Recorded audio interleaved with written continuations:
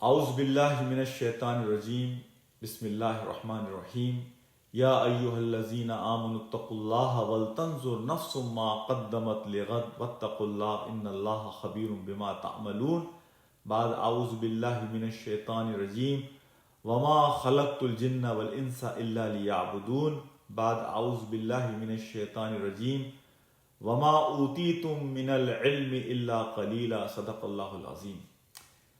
My respected brothers and my sisters, today I am going to talk to you about a very important subject related to all of us as a Muslim. My feeling is, my brothers and my sisters, that most of us, we have made a major mistake when it comes to understanding of the religion. We have very shallow and superficial understanding of our deen. And because of that, we have failed to understand the spirit, the ruh, the essence of most of the commands of our religion. Because it is very important. Having faith is important, but understanding of the commands and religion of Allah subhanahu wa ta'ala with its basic understanding, with its ruh, with its spirit is also very important, because that is what going to guide us, provide us nur, roshni, light, so that we can practice this religion the way Allah subhanahu wa ta'ala wants us to practice. Ibn Qayyim rahmatullah alayhi, I'm going to share with you two sayings of Ibn Qayyim. In one saying, Ibn Qayyim says that, ibadat has two components. The first component is that we follow the command, the external part, that we do ita'at. And the second part is utmost love. The first part, that we are commanded to pray, so that's why we do qiyam, we do ruku, we do sajda, we recite what we are supposed to recite. This is external part of ibadah. This comes under ita'at, that we follow the command. Ibn Qayyim says this is a body, jism of ibadat. But utmost love of Allah subhanahu wa ta'ala, which is second component of ibadat, it is a spirit, ruh of ibadat. And we all know, if you have a very beautiful body, but there is no spirit, there is no ruh in that body, what we do? We take that body and bury it under 6 feet. My brothers and my sisters, that's what exactly has happened. That we do external part of ibadah, the component of ibadah, ita'at, we do ruku, sujud, but there is no ruh, spirit in that. And that's why we see that most of our efforts, our ibadat, are empty words, empty exercise. And that's why we don't see the outcome, the result we should be seeing. If you have a machine, and if you want to produce certain thing, and if that machine is not producing what you want, so either there is a problem in the machine or the raw material you are providing. So that's why we will analyze, inshallah, in today's talk, what is wrong, in our ibadat, in our understanding of the religion. As we know, Ibn Qayyim has also said that Allah subhanahu wa ta'ala has created 3 of his creations: angels, animals, and humans. And I include jinn in the same category. Angels, they have purpose in their life, but they don't have desires. On the other hand, animals, they have desires but no purpose in life. We as a human being, we have both. So Ibn Qayyim says that as a human being, if we really follow our purpose in life, we can become better than angels. But if we follow our desires, we can go lower than animals, my respected brothers and sisters. And inshallah, in today's talk, we will try to understand how we can follow the purpose of our life that Allah subhanahu wa ta'ala has given by practicing the deen the way it should be practiced, understanding the deen the way it should be understood. I'm going to explain to you the ayah I read in the beginning from Surah Zariyat, Surah number 51, ayah number 56. وَمَا خَلَقْتُ الْجِنَّ وَالْإِنسَ إِلَّا لِيَعْبُدُونَ. Allah subhanahu wa ta'ala is starting this ayah with negation that I have not created jinn and human being except illa.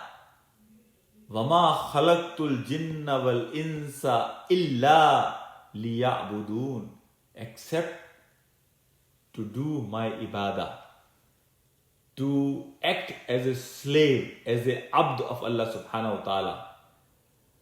Allah subhanahu wa ta'ala is talking about ibadah here. Which ibadah is Allah subhanahu wa ta'ala is talking? Do we do salah 24/7? Do we do som 24/7? Allah subhanahu wa ta'ala is saying that I have not created. It is like if you say somebody that I am not sending you but for one reason. So that means there is a very exclusive reason that I am sending you somewhere, that you will fulfill that command. So what kind of ibadah Allah subhanahu wa ta'ala is talking here 24/7?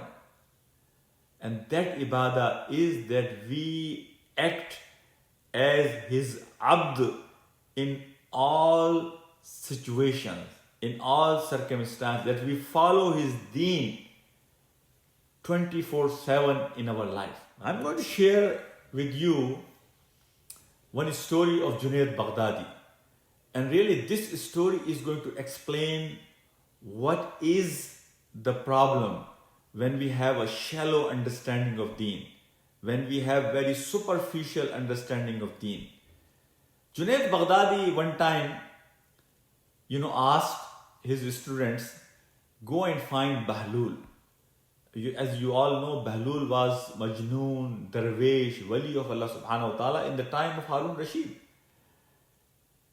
And his students told him, you yourself are a big scholar, why you need Bahlul? For what?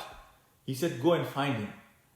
They all went and found Bahlul, and Junaid Baghdadi introduced himself, Rahmatullah alayh, that I am Junaid. Bahlul said, you are the same Junaid who teaches people Quran and Hadith? And Junaid Baghdadi said, yes, I am the same Junaid. He said, okay, so you must know, you should know how to eat. And then Junaid Baghdadi said, yes, I wash my hands, I start with Bismillah, I eat with my right hand, I just eat from front of me, and I eat one portion food, one portion for water, one portion for air, and I thanks to Allah subhanahu wa ta'ala after I finish. Did Junaid Baghdadi said anything wrong? But Bahlul says to him, no, you don't even know how to eat. And he leaves Junaid Baghdadi. And Junaid Baghdadi goes after him and catches him again. And then now Bahlul asks him, do you know how to talk? And Junaid Baghdadi says, yes, I know how to talk. And look at the answer of Junaid Baghdadi.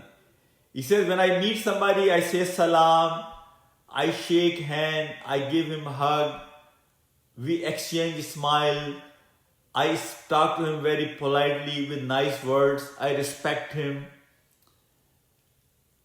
Bahlul said, no, you don't even know how to talk. And he leaves him again, he catches him again. And then in the last, Bahlul says, do you know how to sleep? And I have the whole workshop in this answer of Junaid Baghdadi.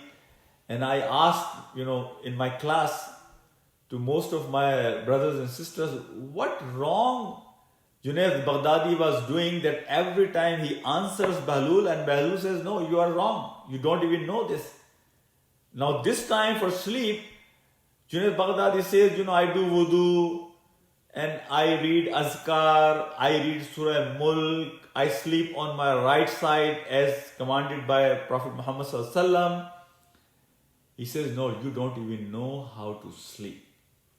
My respected brothers and my sisters, now look at the answers of Bahlul. And then you will realize the problem in having a superficial and shallow understanding. Most of us in our life, we do exactly what Junaid Baghdadi has answered to Bahlul. But how come Bahlul is saying to Junaid Baghdadi that your answers are wrong? For the first question, when he asked him, do you know how to eat? Bahlul says, Junaid, before you start eating, first thing you have to make sure your rizq is halal or haram. If your rizq is haram, then you reading Bismillah or eating with right hand and eating one portion food, one portion air, one portion for water has no meaning.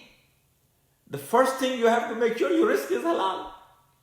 For the second question, Bahlul answers him that Junaid, it's okay that you respect your brother, you say salam to him, but if your heart is not clean, if your heart has any friction, any shikwa, any problem with your brother, then your salam and exchange of smiles and your respect has no meaning.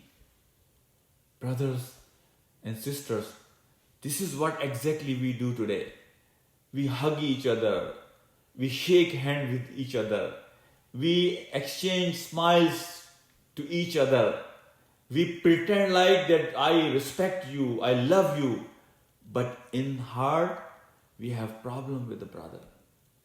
We have sometimes, envy. We have friction. We have shikwa from our brother. And that's why we do not see the barakah. We do not see the brotherhood we should be seeing in the community. Because we do not have that relationship that our heart speaks and other heart listens. नगमा वही है नगमा की जिसको रूह सुने और रूह सुनाए. In exchange of thoughts from heart to heart. And for the third question, Bahlul says, Junaid, wuzu, reading askar, all that is important. But when you go to sleep, if your heart is not clean from all of your brothers, then all these things will not bring the barakah, the khair they should bring in your life. And it reminds me of the hadith of the Prophet ﷺ, in which 3 days in a row in Masjid al-Nabawi, he says to Sahaba that if you really want to see a person from paradise, the person who will enter in Masjid now, he is the one. Same Sahabi enters 3 days in a row. And Abdullah bin Umar radiallahu ta'ala, son of Umar radiallahu ta'ala, goes with that Sahabi after he leaves the third day, Masjid Nabawi, and tries to stay with him for a few days to see what kind of action this Sahabi does, what special things he does. That Prophet ﷺ is calling him, one of the person from Jannah. And after he spends few days, he realizes there is no extra prayers, there is no extra song, fasting, there is no extra ritual action this brother is doing. And when he was leaving him, and he told him the whole story, the Sahabi says to him, I don't do much, extra nafil salah or extra fasting, but I do one thing every night. Before I go to sleep, I forgive. I clean my heart from any friction and I forgive every brother of my community. And I sleep, I go to bed with a clean heart. This was the reason of him being called the person of Jannah, my brothers and my sisters. This superficial and shallow understanding of things, wallahi, this has affected all dimensions of our life. Because the way we have, grown ourselves, as a Muslim, our mindset, our approach is like that we run after every shiny thing. And every shiny thing is not a gold. And that's why we get deceived very easily, because we do not question. We take things on their face value. We follow the glitter. And that's why people fool us all the time, because we do not ask questions and we do not try to understand the in-depth meaning of whatever goes around. My brothers and my sisters, that's why if you see, our relationships are getting affected. Most of us, we take, everything at its superficial and shallow meaning.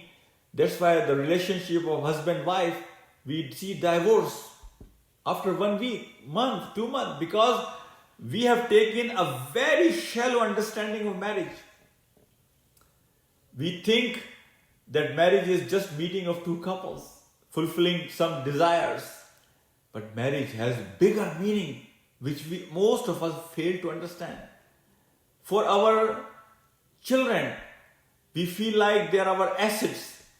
We feel like this is our possession. We feel like that they should follow whatever we ask them to follow.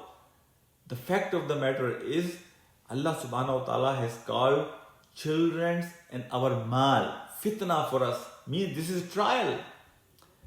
That if I will be successful in tarbiyah of my child as a Muslim, if I will be able to connect him with Allah subhanahu wa ta'ala, if because of my efforts my son or my daughter will be successful on the day of judgment, then I am successful. But if I fail to do that, then I have failed the trial, my brothers and my sisters. From worldly perspective, if he might fail, and Allah subhanahu wa ta'ala is not going to ask me question about that. But if he fails as a abd, as a servant, as a slave of Allah subhanahu wa ta'ala, I will be asked, did I put all my efforts that I should have? Did I do my part or not? Same thing is for the mal. Same thing is for my, business. Same thing is for my extended, relationships. So this shallow understanding, the shallow mindset, the shallow superficial understanding of things is really affecting all dimensions, all aspects of our life, my brothers and my sisters. So I will conclude this talk by saying that we really should question our iman. We should question our faith on Allah subhanahu wa ta'ala. Because when you doubt, you ask question, it will take you to certainty.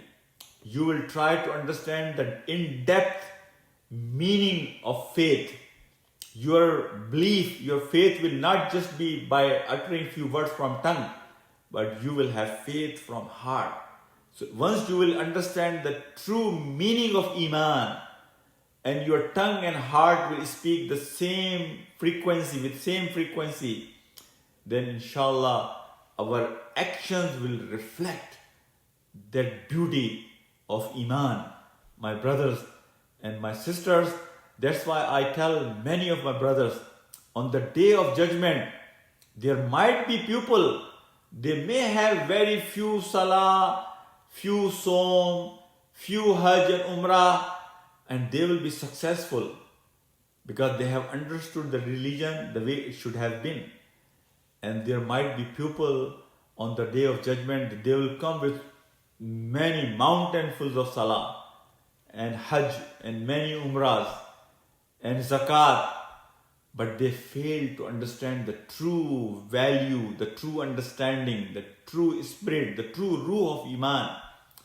They have done all these ibadat, just the external part, just the itaat part. They have done some rituals, but then they have transgressed somebody, they have slandered somebody, they have failed to live up to their words in their businesses, they have broken their promises, they have hurt their family.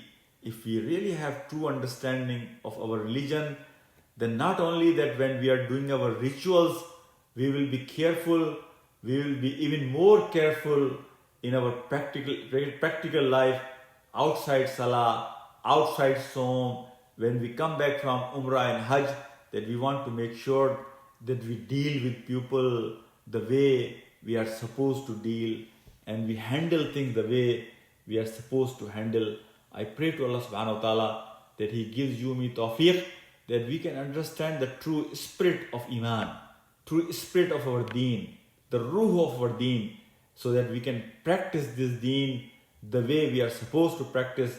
So inshallah, one day we will be called successful in front of Allah subhanahu wa ta'ala. Ya ayyatuhan nafsul mutmainna irji'i ila rabbiki radiyatan mardiya fadkhuli fi ibadi wadkhuli jannati. Assalamu alaikum wa rahmatullahi wa barakatuh.